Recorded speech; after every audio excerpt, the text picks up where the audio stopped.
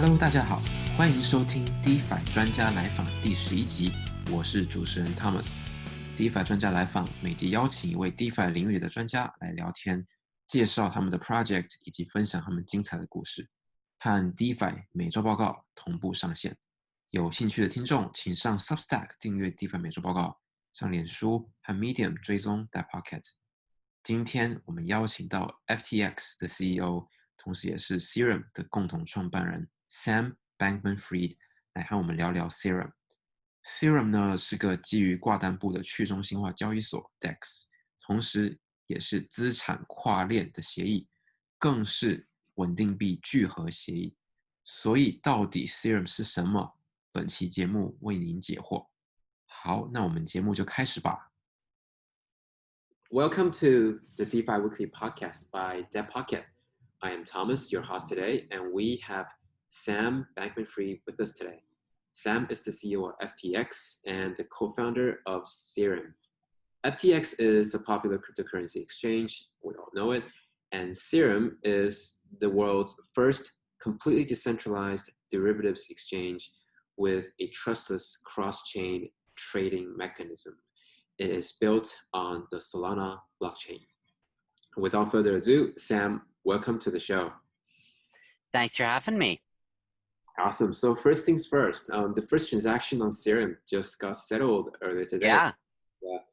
The fee, my goodness, the fee was more than 99.999% cheaper than the gas price. Yeah.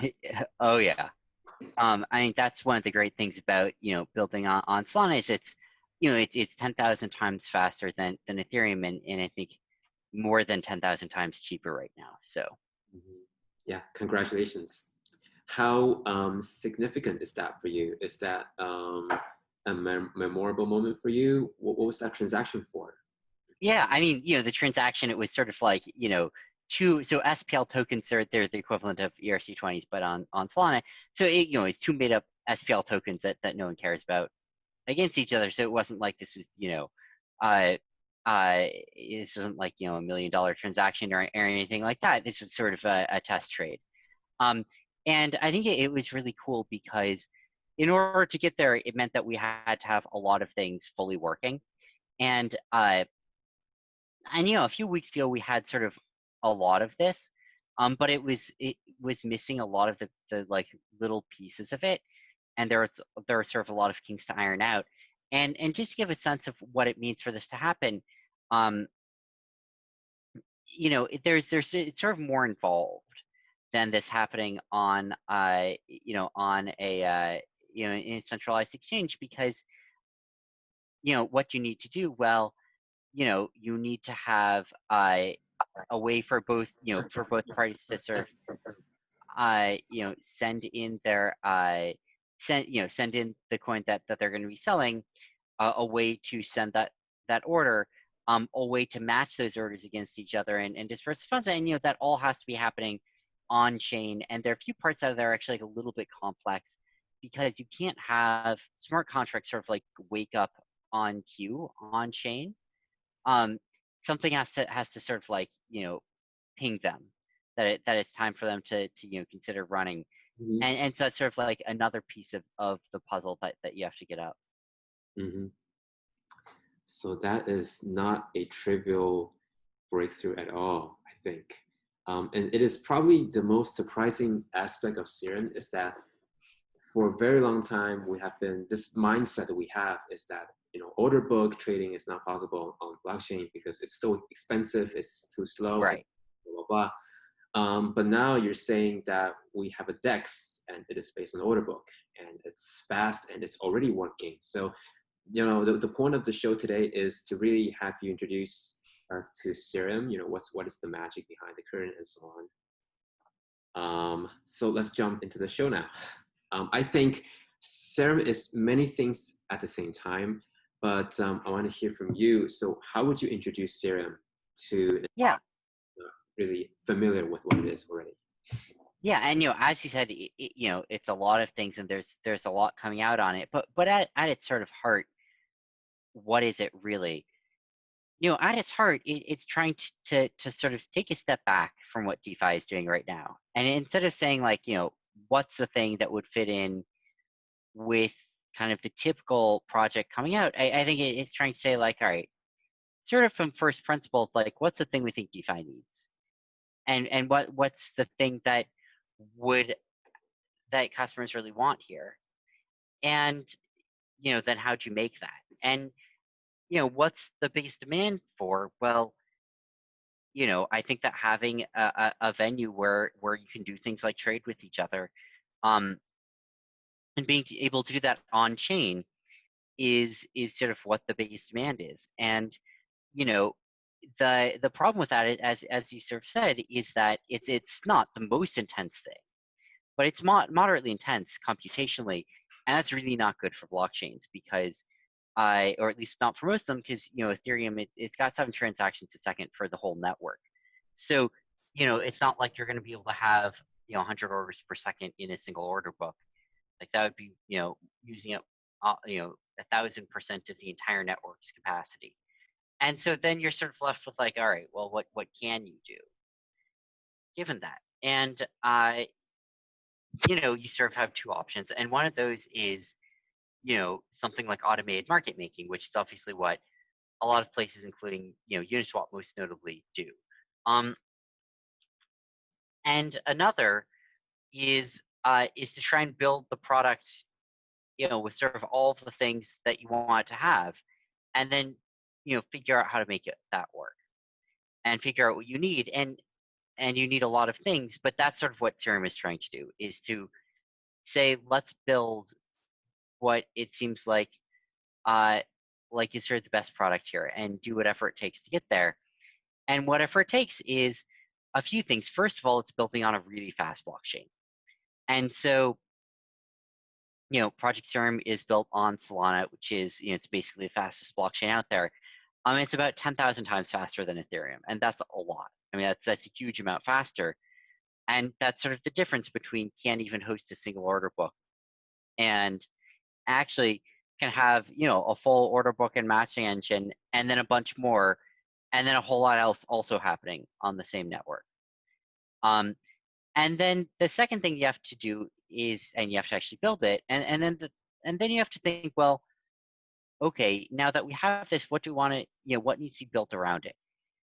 And some of this is putting on all of this sort of products and tokenizations and synthetic products and derivatives and apps that are important for how people want to be using crypto and the blockchain. But part of it is also figuring out, well, if this is going to be sort of a brand new product built on a blockchain which itself doesn't have that many apps built on it, like, why is anyone going to use this?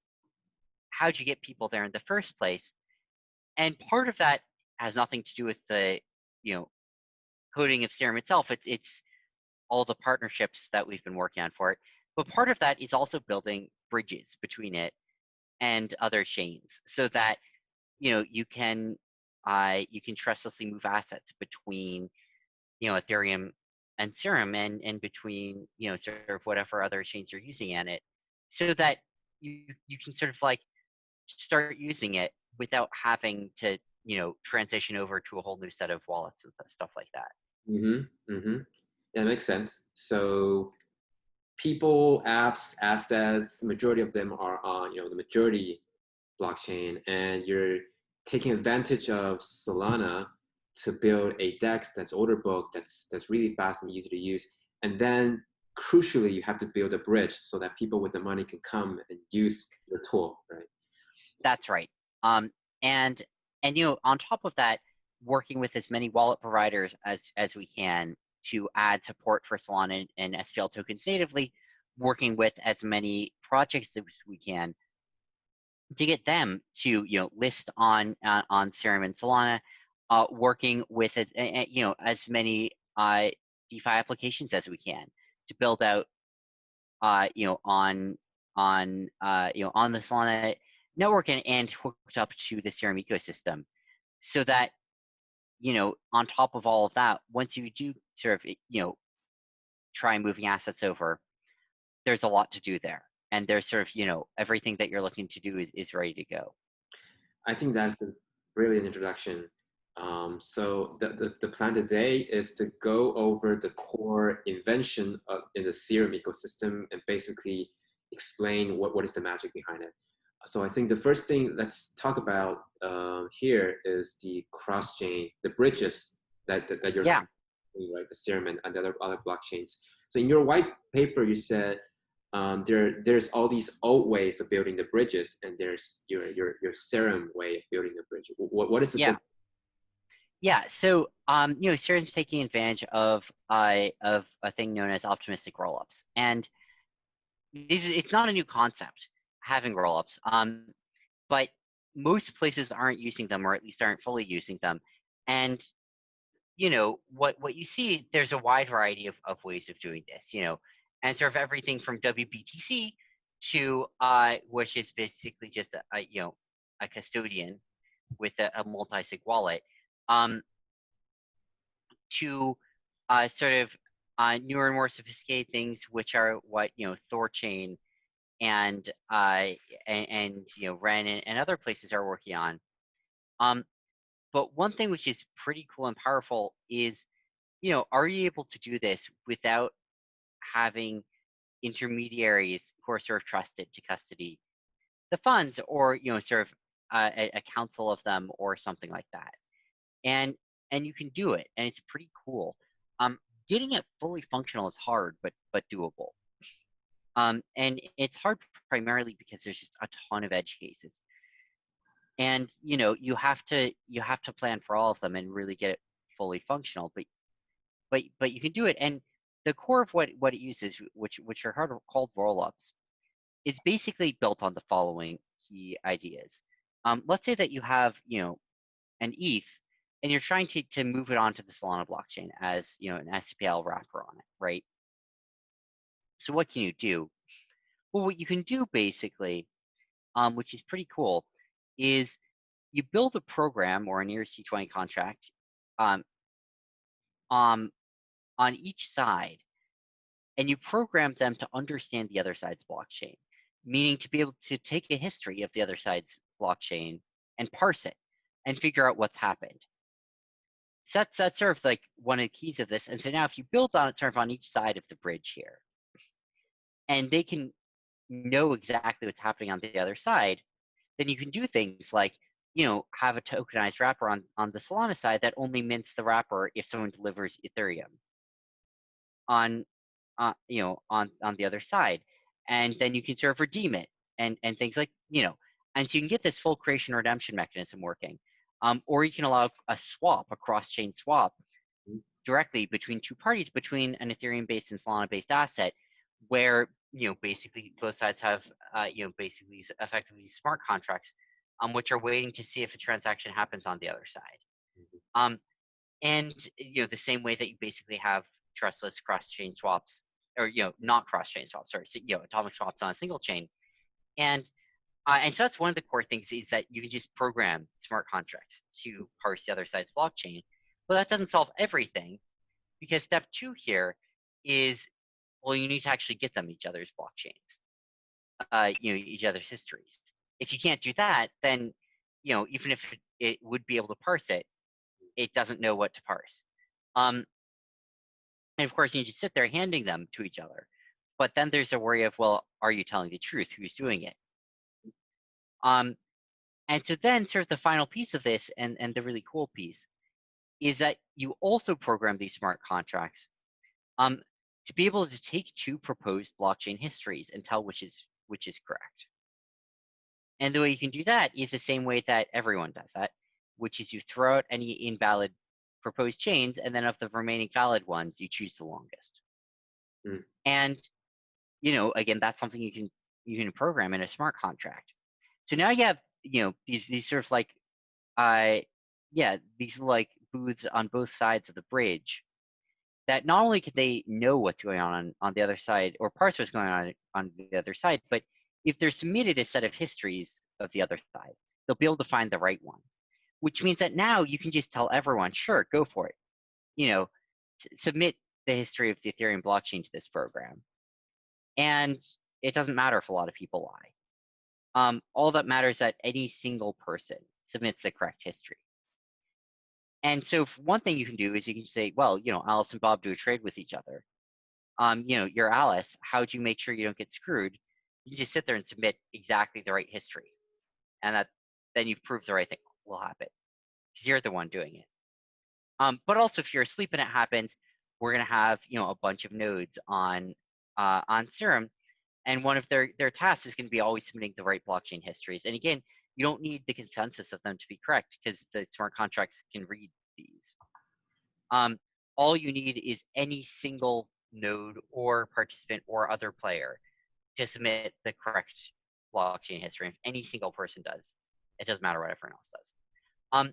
And so that's sort of the final key piece of this. And once you put all those together, what you have is basically a way for two chains to talk to each other. Verifying each other's history, right, as a way to know that the ground. Yeah. There's a particular sentence in the white paper that I think would call for more explanation. You wrote, this protocol generalizes to any transaction where the target blockchain is proof of work and the base protocol is much faster than the target blockchain. Why Right. is it like this? Why is it generalized, or why does it require the relative speed or something like that? The later one. Yeah. So in a second, I'll get something in a second which said it actually doesn't require it. There are ways to work around that, but it's a lot nastier. But the core thing here of what does this sort of, what is part of this resting on is that, let's say that you're trying to have a, program in Solana verify the Ethereum blockchain. In order to do this, sort of as proposed in the white paper, you're submitting the entire Ethereum blockchain history to it, and then it's running through that and reading it. But and you can do that because Solana's super fast. But now look at the other side of this. Let's say that you're trying to have, an Ethereum smart contract verify the Solana blockchain history. Well, the Solana blockchain history is growing faster than a smart contract in Ethereum can even read it, because it's a lot faster. And so you sort of have this problem of like, it just sort of snuck into there, like this assumption that that there aren't going to be processing power issues. But sort of by definition, there are on one side of this bridge. Whichever side is slower is not going to be able to keep up, isn't going to be able to parse the other side as quickly as it's just, growing. And so that's one of the things that you need to solve if you want true communication between them. Now, you can do a lot of things without this. You actually do cross-chain swaps without this, because basically what you do is if Solana can read Ethereum but not the other way around, you effectively have the Solana side locked up in a program that's waiting for the Ethereum side to deliver. And as soon as it delivers, then this program automatically settles. So you can still do cross-chain swaps without, if it's only one directional. What you can't do is bidirectional. And so that means you can't have custodianship of an Ethereum-based asset, and you can't do tokenization. But there are ways around this. And what you need to do is basically, well, you don't submit the entire Solana blockchain history to the Ethereum side. You submit, basically some version of hashes of it. And there are a lot of different versions of this, whether you're looking at block headers, whether you're trying to find, just submitting a hash of each individual block, or each block header, basically trying to some way submit Merkle trees of what's going on, so that you submit something which basically proves that, what the full thing you're submitting is. And then if there are sort of parts of it that don't work, the program drills into the suspect parts of it in particular. And it's sort of, that's not going through all the details of it, but you can do it, you can make it work.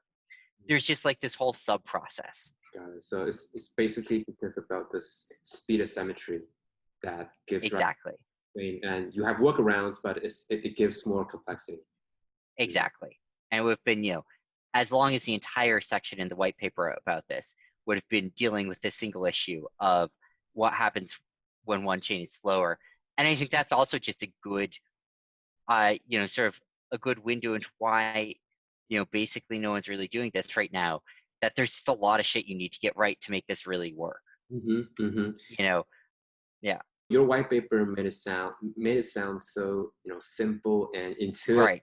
Like as a matter of fact, we should have done this 1,000 years ago and so on. Right, exactly. And I think that's sort of the point of it, was to make it, you put this like whole long process there, but that's sort of not very elucidating. That's sort of just, I think it doesn't give a sense for what we're trying to convey here, which is like, this sort of works, and it's efficient.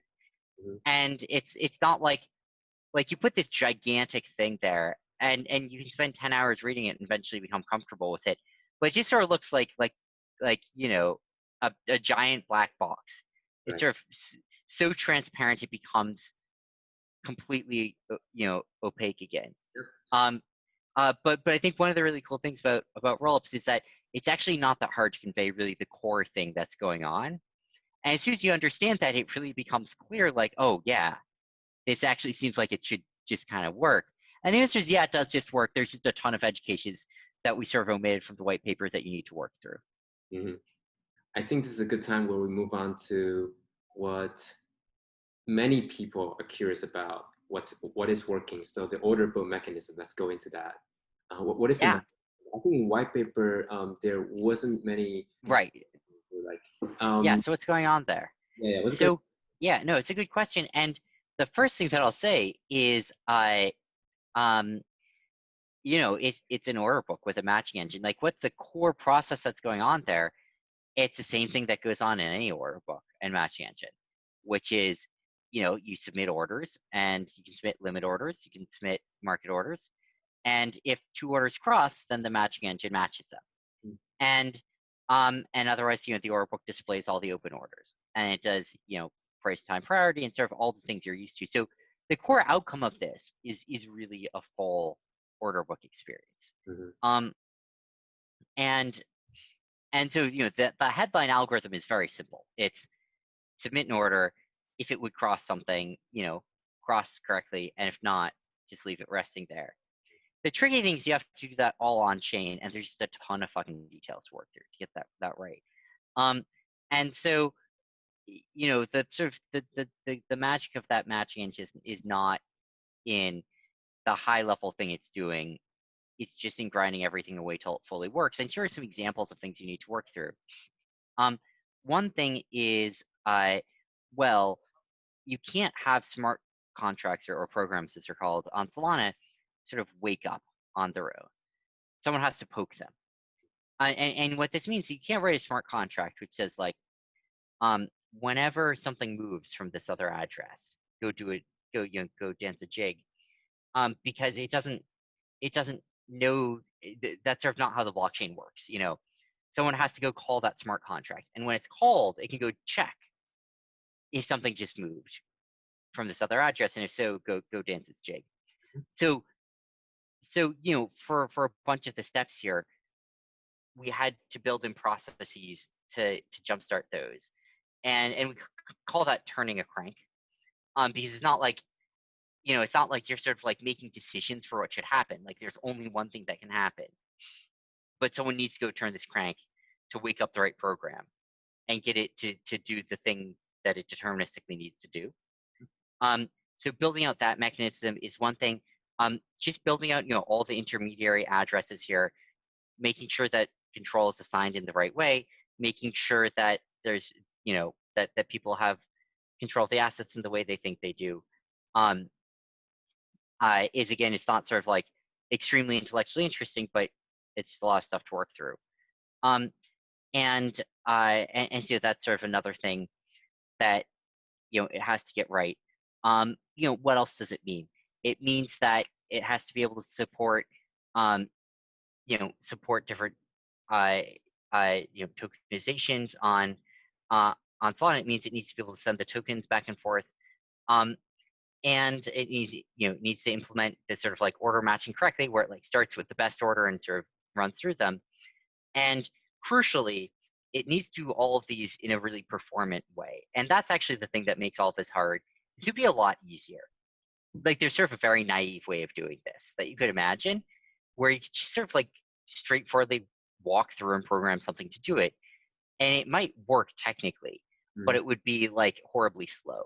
And you really don't want that. You want this to be as fast as possible. And so there's a lot of thinking about what's the right data structure to store. Well, okay, so like, the traditional way I think of this is like, what's the right data structure to store the order book in? But then that's not often how you think about things in a blockchain sense, because what is the data structures that you're using there? How does that work? Well, you have to interact with whatever the sort of interact with the memory storage process in Solana, and you have to understand how that works and make sure that everything that you're doing is performant with respect to that. And so that's sort of like what a lot of this is doing, is just figuring out the best way to structure this, so that you sort of have as little overhead as possible time-wise. So just a thing that I'm curious about. Given the complexity of your DEX, your order book based DEX, how many of these DEXs can operate at the same time on the Solana blockchain? Yeah, that's a good question. I actually don't know the number off the top of my head. I will check with sort of our experts on that question, but I can give you some sort of ballparks here, which is that so one of the cool things about Solana is that it's very parallelizable, and it does this without sharding. So it's not that you have like different copies of the Solana blockchain that aren't really talking to each other rolling around. It's all on one thread, or it's all on one shard, but it's multi-threaded. And what this means that you can scale it quite a bit just by adding more validator capacity. So some of the answer to your question is that, well, you can just, validators can go buy more AWS servers, and now all of a sudden you've increased the capacity of the blockchain, and also every few years, computers get more powerful, and so does Solana. Most blockchains don't really scale with computer processing speed, but Solana does, because it's structured to kind of remove any barriers to performance other than processing speed of computers and time it takes light to move around the world, which matters because the validators are spread out across, like on any decentralized ecosystem, they're spread out across the world. But so one answer is that you can scale this quite a bit. But right now, I think on a single order book, you can get, as is currently constructed, on the order of hundreds of orders per second processed. And I think you can get hundreds of order books at once, each doing that. I will again go check to see if that's right, but I think that's the right order of magnitude here. 100. Yeah, and what does that leave you at? Because I think that's an important number. Is just kind of thinking about the math here. You're like, all right, so Ethereum has like what, 10 transactions a second, something like that. And that's not enough. I mean, that's not enough to support a single liquidity provider sometimes on a single order book, let alone an entire decentralized ecosystem built around it. And then you could serve the next generation of blockchains, which can take 100 a few hundred to 1,000 maybe even transactions a second, and that's sort of like enough to support an order book roughly, but like not more than that. So you're sort of like getting pretty close. Or does more support a bunch of very throttled order books, and not much other than that. So it's cool, but it's not like it's enough to really build something, but not enough to get what you'd really want. And then you can look at Solana, which is another factor of 100. It has something like 100,000 transactions a second. And now you can get 100 order books, each processing something like 100 orders a second. And now all of a sudden it's not everything you'd ever want, but it's sort of really getting there. Like it's 100 orders per second is more than most order books in centralized exchanges have. Like at that point, you really are at the point where like you can have real, real scale financial transactions happening. Yeah. You can have liquidity providers sending orders. You can have, people taking basically as much as they want. I mean, certainly you don't have 100 trades a second in basically any order book. Mm-hmm. And you can have a bunch of order books and still have a lot else built around it. And again, this isn't even the theoretical maximum capacity. This is the current capacity. And as this scales up, Solana can scale up too to be able to support more and more order books. Right. Okay. I think this is the most interesting moment in this show. Of course, we have other things that we can cover. What is SRM? What is the MSRM token? What are the certain BTC and certain USD and so on. But I think let's spend a little bit more time here, because people I know, people who have been involved in the DeFi space, they read the Serum white paper and feels like it's all good news. And when it's all good news, it's something weird going on. Might be weird going on. Like, yeah, exactly. There's sort of this sense of like, go on. There's sort of this sense of there are trade-offs in life, and everything's at the Pareto frontier. And so whenever you hear that something is better, the question is like, what's the trade-off? What are you losing? I feel like you're trying to claim that you operate on an entirely different Pareto frontier. Right. Profile. Is that true? Right. It's a really good question. And what's going on there, I think it's mostly true. It can't quite totally be true. It could, but if it were totally true, that'd be pretty fucking weird. Right? Because then it's why is anyone doing what they're doing right now, right? Why isn't everyone doing what Serum's doing? There's got to be some trade-offs there, and there are. And the trade-off basically is that it's not what everyone's doing. That's the core trade-off, is that right now everyone's on Ethereum. And because everyone's on Ethereum, that's where the network is. That's where the wallet infrastructure is. That's where the assets are. And because that's where everyone is, that's where everyone wants to be. And you build out some new app, you want to be able to plug into everything. You build it on Solana, and by default it can't. I mean, it's in its own new world. I think that world is just better. I mean, I think it is just like Pareto better. Not strictly, but it is basically just better. Like 10,000 is just massive. And it's massively more throughput on Solana than on Ethereum. And in fact, than basically any other chain. And the trade-off isn't so much that like that comes at a cost, as that it's just newer and it's not where people are. And somehow, how are you supposed to get traction and users on this, kind of new platform? That's the real trade-off here. You made this trade-off without hesitation, or was it a heated debate in your team? It was. I wouldn't call it a heated debate. I think we were all always on the same page, but that page turned. And this was not always what that page was. Originally, we were going to build on Ethereum, and what changed was how ambitious we wanted to be. What changed was like a month or so into sort of workshopping what we were going to do.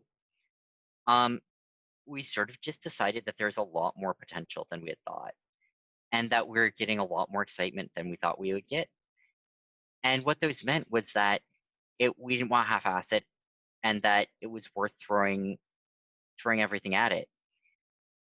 And as soon as we got there, if you're just going to build kind of like a thing, it's not going to be that cool. It's going to be kind of cool. You should put it on Ethereum. Was sort of what we were thinking. Like it's way easier. They'll just get customers automatically. That's cool. You do it on a fast blockchain. Yeah, it's fast. No one uses it. That's failure. But it's not, putting on Ethereum is not the highest. It's not the most ambitious play. It's sort of capped at how good it can be. So you can't build the right product. And so and it's not like you get customers and then that makes the product better. You can't move that, And so, and so when we decided that we did want to be way more ambitious about this than we were thinking, it changed everything, because now we're thinking, okay, what's the best possible world and how do we try and get there? And well, the answer is, if you're really shooting high here, you find the best chain and you build on it, and then you figure out how to make that work.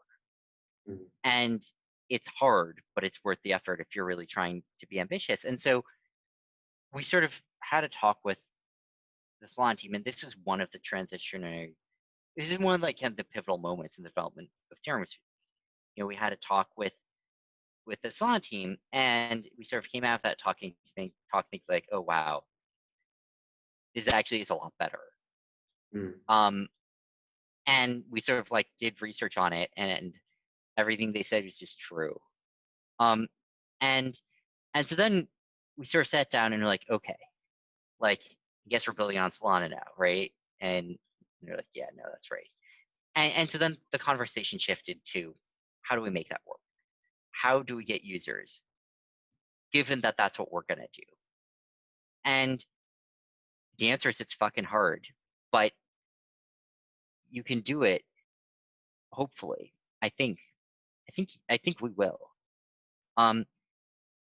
If you throw a lot at it, and the great thing about doing that is you also just build up a new kind of behemoth, and then other people who are making the same decision a month later don't have to worry about that as much, because now that ecosystem is there. And so the key thing here is, how do you build something out of nothing so big that it alone is enough for people to transition, And what does that mean? It means activating a lot of different things at once. And so what have we done? Well, first of all, we're building Serum, and there's a DEX being built on it. There are GUIs and things like that, and that is just going to be like the best DEX in the world by far, and that's pretty cool. And it's going to be so much better than any other on-chain DEX in terms of throughput and user experience and stuff. That sort of like solves the question of like, why would anyone care? This is why they care. But okay. So you start with that. Then what else do you need? Well, you need wallets. Ethereum's got lots of wallets people use. Does Solana? No, it didn't. SPL tokens in particular didn't have a wallet.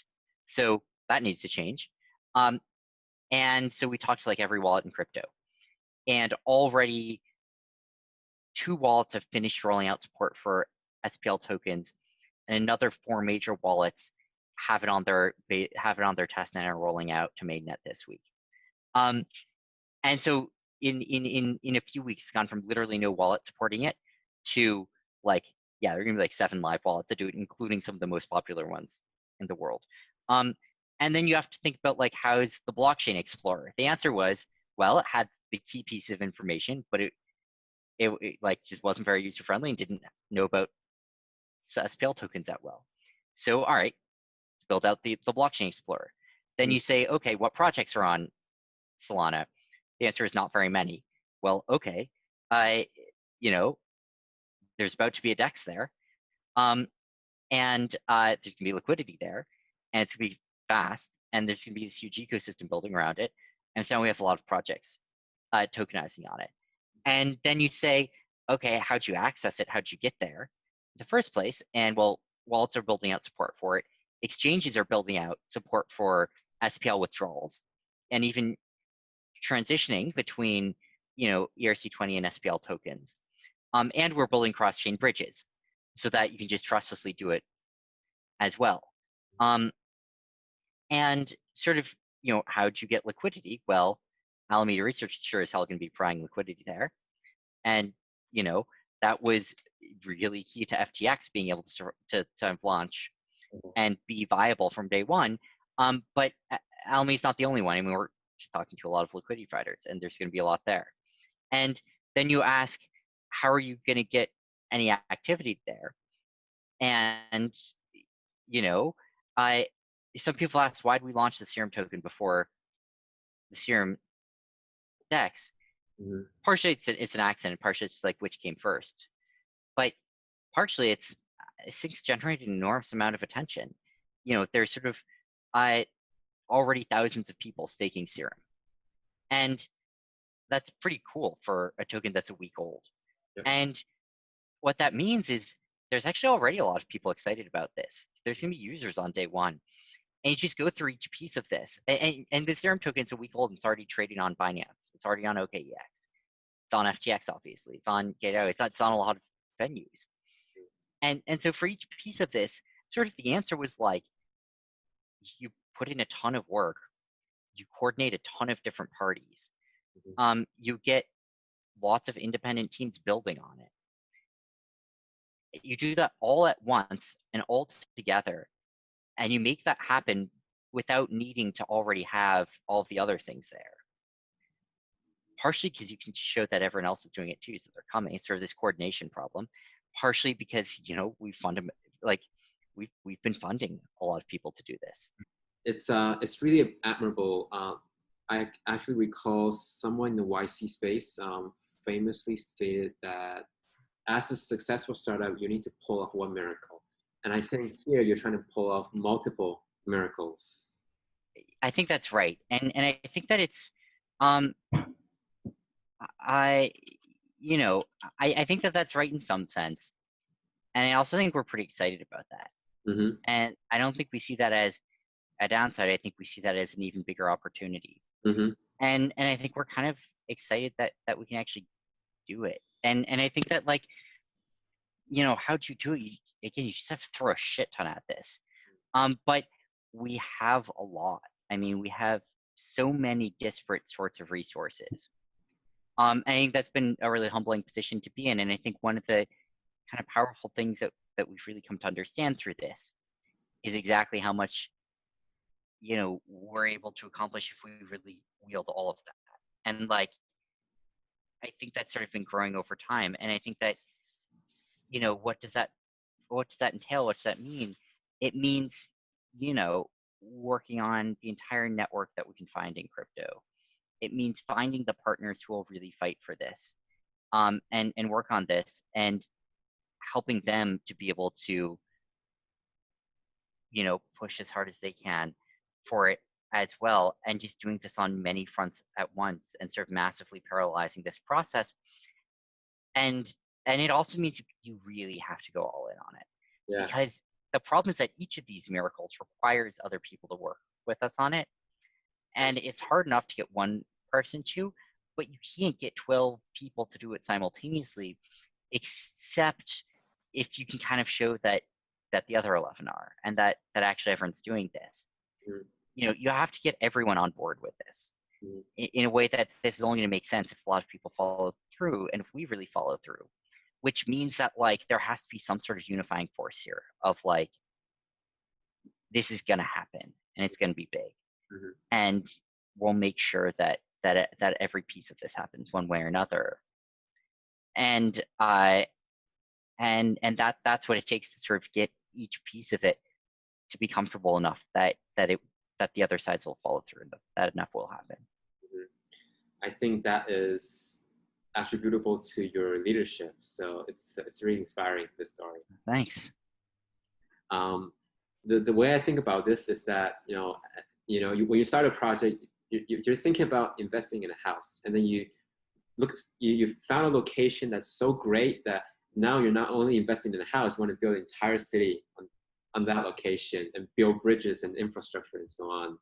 And it's really, but you see a true potential, and you're able to persuade a huge team of people with all their different personality and perspectives, and to move forward together. That's really inspiring. Thanks. Yeah, it's been really fun to watch. That's awesome. One final question before we move on to the lightning round. So from our first principle thinking, Ethereum is this place where the network effect is huge. And Solana network doesn't have that network effect. But what Solana network has is 10,000x faster than the Ethereum blockchain.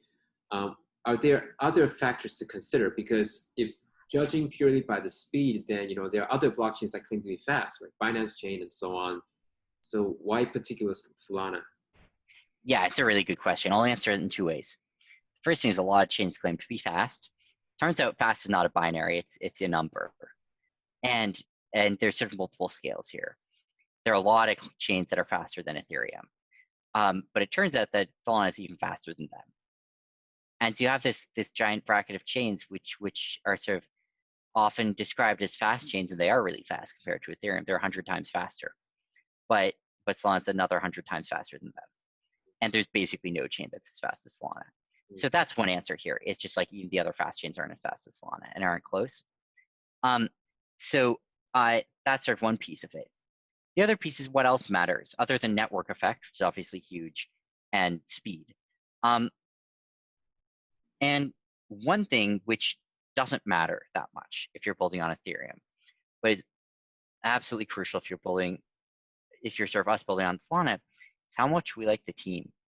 And the things that would look like, it's not like if you want to build a new app on Ethereum, like you go have a meeting with Vitalik and like hopefully you get along with him, because if not, like it's gonna be hard to build, your new Ethereum project. Like, no, of course not,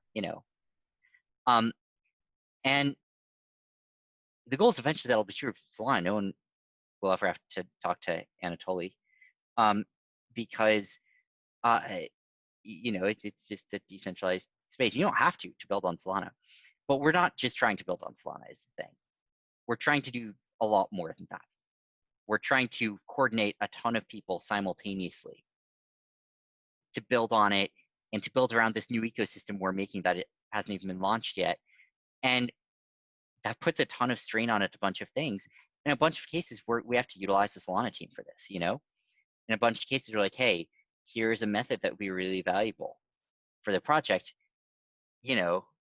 Sure would be great if Solana implemented it. And also in a lot of places, we're like, hey, like no one's ever built apps at this scale before on Solana. Like, so we can't just look at what copy other people's code on this or whatever. We can't get inspiration from how other people approach this. So how, we're trying to do this in a performant way. What's the right way to structure it? Like what's the way that will be fastest on Solana? And, sort of on our own, that would be a massive problem. And that we just have to like do 10 times as much work. So we have to try 10 different approaches and see what's fastest. Or we can, ping the Solana team and be like, hey, if you guys thought about this before, like, oh yeah, no, we thought about it. Like we built out this method just for this. You should use that. Probably gonna be a fast way to do that. And that's really valuable. And so given sort of, the scope of this, it's just incredibly valuable to be able to work well with the team. And we really we just really like the Solana team. They're good guys. They've been great to work with. They've been extremely helpful. They've been throwing everything they have into this as well. And that's just worth a lot. And so that was sort of like one of the other important factors here.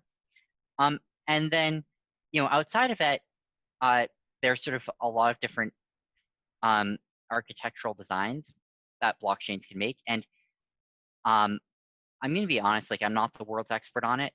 I sort of have had a lot of conversations with this, about this with our developers, and we've come to decisions about, what we feel best building on.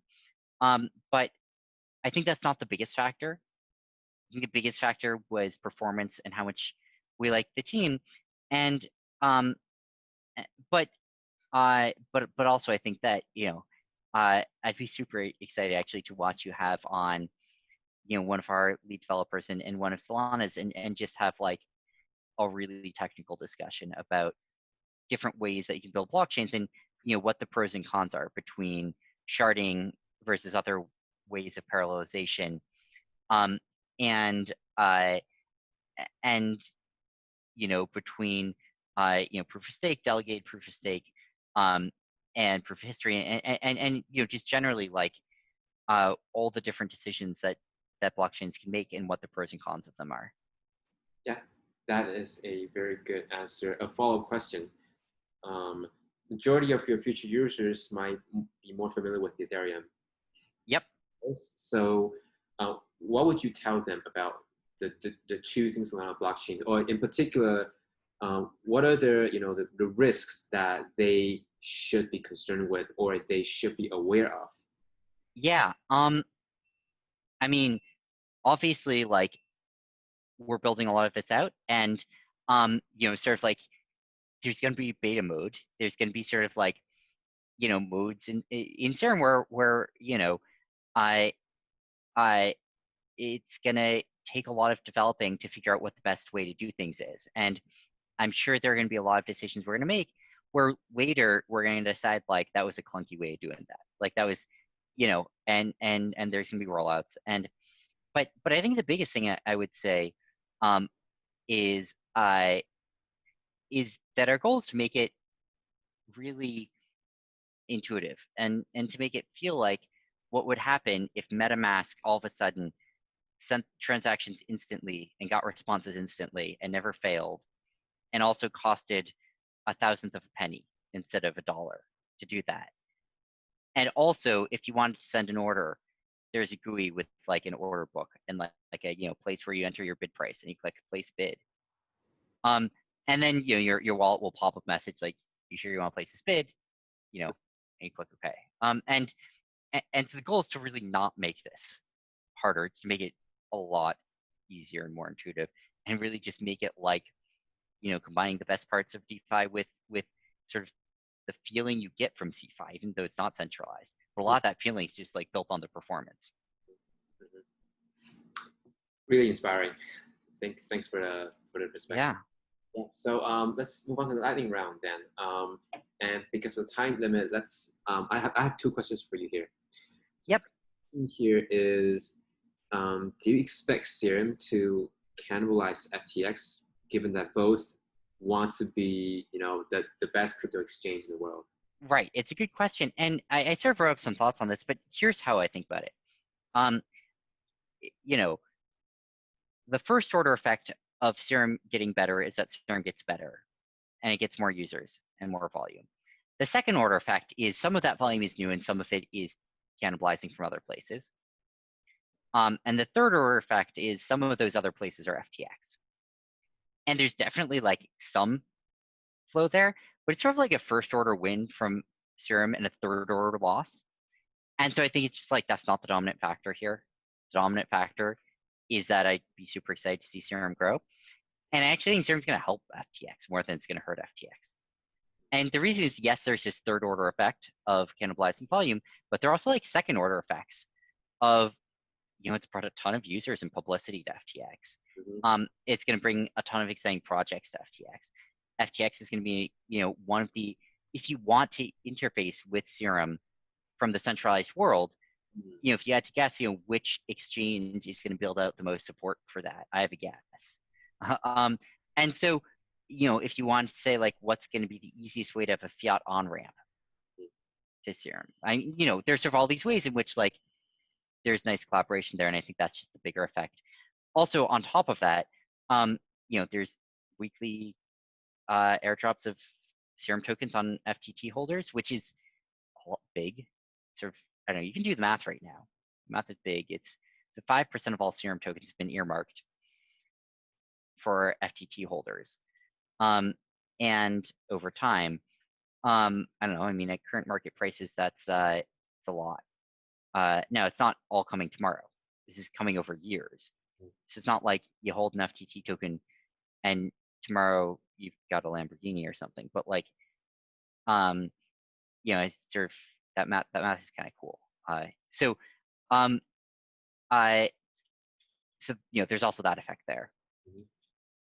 Good answer. Yep. Okay. Second question. In your opinion, could centralized exchange ever disappear in the future? I would be shocked if they completely disappeared, because I think there are a lot of things, and I'll give you an example, wire transfers. Like, it's like banks aren't really meant to hook up with, there's sort of got to be something there, like in the middle. Now, I don't know about ever's a long time, but like there are a lot of things that are sort of very hard to do in a truly decentralized way. But there are a lot of things that aren't. And so I think the way I think about it is like, sort of medium-term goal is find the things that don't require any centralization and see if we can get those on chain. And, and we'll see. But a lot of things don't require it. Mm-hmm. Cool. Well, then, this is the end of our show today. Of course, it has been a really enjoyable conversation. Sam, I want to thank you for coming to the show. Thank you. Your energy is really impressive, and I think your opinions are going to be very inspiring for our audience. Thanks again. Thank you. Okay. See ya. Yeah. 感谢大家收听今天的 DeFi 专家来访。喜欢我们的节目的话，欢迎在 Substack 上订阅 DeFi 周报，上点书，还有 Medium 追踪 Dev Podcast。我是 Thomas，我们下周二见，拜拜。